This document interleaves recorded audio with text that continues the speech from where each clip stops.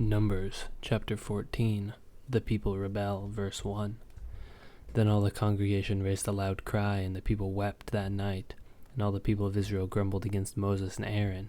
The whole congregation said to them, "Would that we have died in the land of Egypt, or would that we have died in this wilderness. Why is the Lord bringing us into this land to fall by the sword? Our wives and our little ones will become prey. Would it not be better for us to go back to Egypt?" They said to one another, "Let us choose a leader and go back to Egypt." Then Moses and Aaron fell on their faces before the assembly of the congregation of the people of Israel. And Joshua the son of Nun and Caleb the son of Jephunneh, who were among those who had spied out the land, tore their clothes and said to all the congregation of the people of Israel, "The land which we passed through to spy it out is exceedingly good land. If the Lord delights in us, he will bring us into the land and give it to us, a land that flows with milk and honey. Only do not rebel against the Lord, and do not fear the people of the land, for they are bread for us.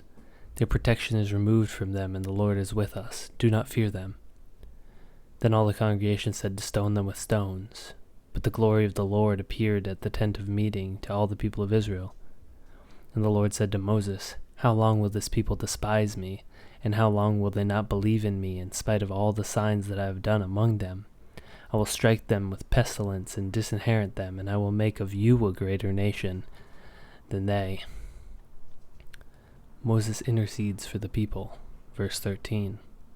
But Moses said to the Lord, "Then the Egyptians will hear of it, for you brought up this people in your might from among them, and they will tell the inhabitants of this land, 'They have heard that you, O Lord, are in the midst of the people.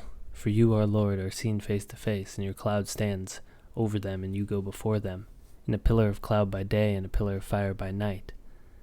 Now if you kill this people as one man, then the nations who have heard of your fame will say, 'It is because the Lord was not able to bring this people into the land that he swore to give them, that he kills them in the wilderness. And now please let the power of the Lord be great as you have promised, saying, The Lord is slow to anger and abounding in steadfast love, forgiving iniquity and transgressions. But he will by no means clear the guilty, visiting the iniquity of the fathers on the children to the third and fourth generation. Please pardon the iniquity of this people, according to the greatness of your steadfast love, just as you have forgiven this people from Egypt until now." God promises judgment, verse 20. Then the Lord said, "I have pardoned according to your word, but truly as I live, and as all the earth shall be filled with the glory of the Lord, none of the men who have seen my glory and my signs that I did in Egypt and in the wilderness, and yet have put me to test these 10 times, and have not obeyed my voice, shall see the land that I swore to give their fathers. And none of those who have despised me shall see it, but my servant Caleb, because he has a different spirit and has followed me fully, I will bring into the land which he went, and his descendants shall possess it. Now, since the Amalekites and the Canaanites dwell in the valleys, turn tomorrow and set out for the wilderness by way to the Red Sea." And the Lord spoke to Moses and to Aaron, saying, "How long shall this wicked congregation grumble against me? I have heard these grumblings of the people of Israel which they grumble against me.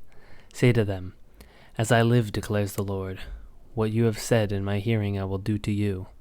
Your dead bodies shall fall in this wilderness, and of all your number listed in the census, from 20 years old and upward, who have grumbled against me, not one shall come into the land where I swore that I would make you dwell, except Caleb the son of Jephunneh and Joshua the son of Nun. But your little ones whom you said would become a prey I will bring in, and they shall know that the land that you have rejected. But as for you, your dead bodies shall fall in the wilderness, and your children shall be shepherds in the wilderness 40 years, and shall suffer for your faithlessness, until the last of your dead bodies lies in the wilderness. According to the number of days in which you spied out the land, 40 days, a year for each day, you shall bear your iniquity 40 years, and you shall know my displeasure. I, the Lord, have spoken. Surely this will I do to all the wicked congregation who are gathered together against me in this wilderness. They shall come to a full end, and there they shall die." And the men whom Moses sent to spy out the land who returned, and made the congregation grumble against him by bringing a bad report about the land. The men who brought up the bad report of the land died by plague before the Lord. Of those men who went to spy out the land, only Joshua the son of Nun and Caleb the son of Jephunneh remained alive. Israel defeated in battle, verse 39. When Moses was told these words to all the people of Israel, the people mourned greatly, and they rose early in the morning and went up to the heights of the hill country, saying, "Here we are!